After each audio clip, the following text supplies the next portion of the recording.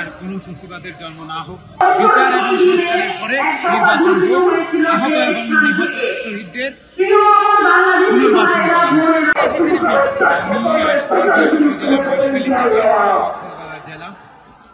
আমাদের আজকে সমাবেশের এই জায়গা থেকে আমরা চাই এই বাংলাদেশে আর কোনো ফেসিবাদের জন্ম না হোক, আর কোনো লুটেরা দুর্নীতিবাজ বাংলাদেশের আমার পরবর্তী প্রজন্মকে আমরা আমাদের প্রজন্ম হারিয়েছি।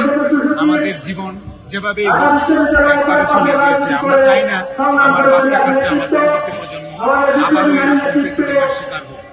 আর যারা এখনো পর্যন্ত সেই শহীদ এবং আহতদের, জুলাইয়ের শহীদ এবং আহতদের পুনর্বাসন চাই এবং আওয়ামী ফ্যাসিস্টের বিচারের পরে আমাদের যে জুলাই প্রক্লেমেশন, জুলাই সেই সনদের উপরে সংস্কারের পরে নির্বাচন হোক এবং নির্বাচন হওয়ার পরে সরকার আসুক, কোনো সমস্যা নেই। বিচার এবং সংস্কারের পরে নির্বাচন হোক। আহত এবং নিহত